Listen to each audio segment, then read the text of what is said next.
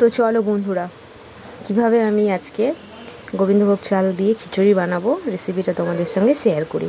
এই দেখো, বাজার তো আগেই করে এনেছি আর ভিজিয়ে দিয়েছিলাম অনেকক্ষণ, বেশ 1 ঘন্টার মতো।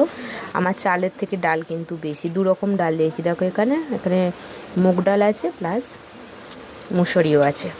আর এখানে আমি একটু সোয়াবিন ভিজিয়ে রেখেছি অল্প করে। আমি শুনেছি যদি খিচুড়িতে একটু সোয়াবিন দেওয়া হয় ভেজে, খুব ভালো লাগে। তো চলো দেখতে থাকো কি করি, সাথে থাকো।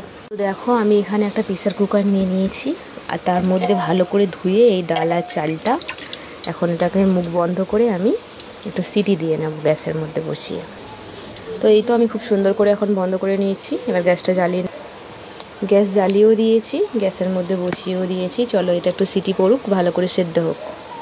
যেহেতু আমার কোনো প্ল্যানিং ছিল না, তাই প্রেসারে হলে তাড়াতাড়ি করে সিদ্ধ হয়ে যাবে এবং আমার খিচুড়িটা করতে বেশি টাইম লাগবে না। তো এই দেখো, সিটি অলরেডি পড়ে গেছে। ওই যে বললাম প্রেসার কুকারে রান্না করলে খুব তাড়াতাড়ি হয়ে যায়। তো চলো দেখো, আমি এখানে অনেক কিছু কেটে রেখেছি। যেহেতু আমি আগেই বলেছি যে বাড়িতে যা আছে তা দিয়েই খিচুড়ি হবে। এখানে আলু কেটেছি। আমার দিদা বলতো একটু যদি আলুকে একটু খোলা খোলা রাখা যায় তাহলে তরকারি নাকি অনেক টেস্টি হয়। তো সেই জন্য আজকে ওরকমই রেখেছি। দেখো, আলুটাকে ভালোভাবে ছাড়াইনি, ভালো করে ধুয়ে নেব। আর এই দেখো, গাজর ভালো করে মোটা মোটা করে কেটেছি। আর এই যে কুমড়ো, মিষ্টি কুমড়ো, আলু গাজর মিষ্টি কুমড়ো দিয়ে খিচুড়িটা করব। তার সাথে এই যে 2টো ডিম নিয়েছি, অমলেট করব। আর আলুগুলোকে এরকম করে কেটেছি, এরকম করে চিপসের মতো করে ভাজা করব ছাঁকা তেলে। আর যেটা না হলে খিচুড়ি জমে না, সেটা হচ্ছে বেগুন ভাজা, অবশ্যই লাগবে।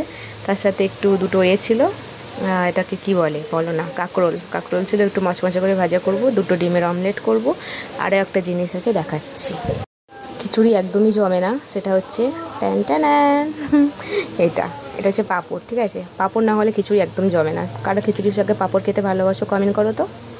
তো যাই হোক, এই হচ্ছে ভাজাভুজির সবজি একদিকে কেটেছি, একদিকে এই হচ্ছে 3 রকম সবজি আছে, যা দিয়ে আমি এখানে খিচুড়িটা করব। তো চলো কীভাবে করি দেখতে থাকো। এখানে পেঁয়াজ, আদা, রসুন, টমেটো যা লাগবে সেগুলোও ছাড়িয়ে নেব। একে একে তোমাদের দেখাতে থাকবো কী করে আমি করব। এখানে নুন মাখানো আর ভাজার কাজ চলছে। পাঁপড়টাও ভাজা হয়ে গেল, এক এক করে ভাজা চলছে, বেগুনও। এবার পালা আলুতে মশলা মাখানো হয়ে গেছে, ভাজা হবে। এই দেখো, সিটি মেরে একদম গলিয়ে নিয়েছি, দেখতে পাচ্ছ সম্ভবত ধোঁয়া উঠছে অনেক। একে একে সোয়াবিনগুলো মাখিয়ে নিয়েছি, মশলা ভেজে নেব। কাঁকরোলগুলোকেও ভালো করে মশলা মাখিয়ে নিয়েছি, ভেজে নেব। সব ভাজা প্রায় অলরেডি শেষের দিকে। সোয়াবিনটা ভাজা হলে ডিমটা ভেজে নেব। ডিমটা আমি এখন ফাটাচ্ছি সুন্দর করে। এখন আমি খিচুড়িতে যে সবজিগুলো দেব সেগুলো একটু ভালো করে ছাঁকা তেলে ভেজে নেব। তারপরে এখানে আমি বাকি পেঁয়াজ, লঙ্কা, কাঁচা লঙ্কা কেটে নেব। এর মধ্যে একটু গোটা গরম মশলা দেব। আর এখানে দেখো, আমি কাজু, কিশমিশ, কাঁচা বাদাম একটু ভেজে নিয়েছি, বেশ অনেকটা। আর এই যে ঘিটা তো অলমোস্ট লাগবে। আর এখানে দেখো 4 রকম ভাজা কিন্তু একদম আমার কমপ্লিট।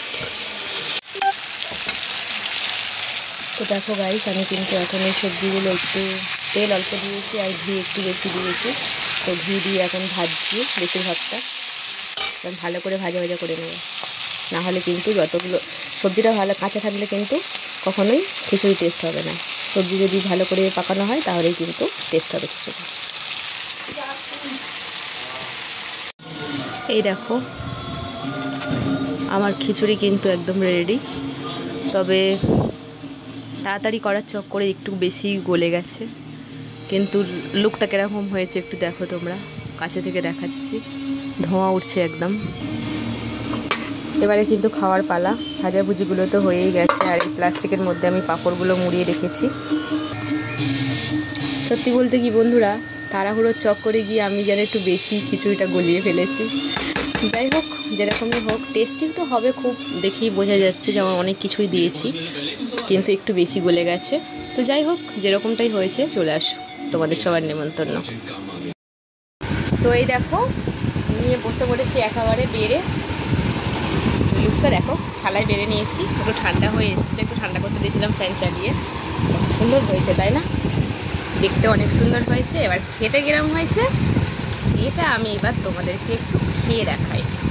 এই দেখো,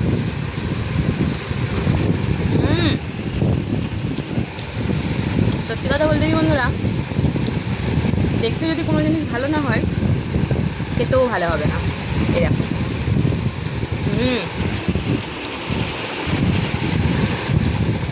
যেরকম দেখতে হয়েছে সেরকম খেতে হয়েছে।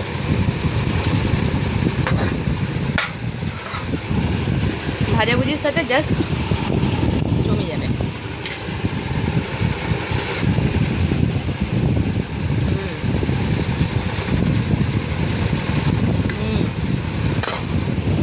অসাধারণ। তোমরা যদি খেতে চাও চলে আসো, নাহলে কিন্তু মিস করবে।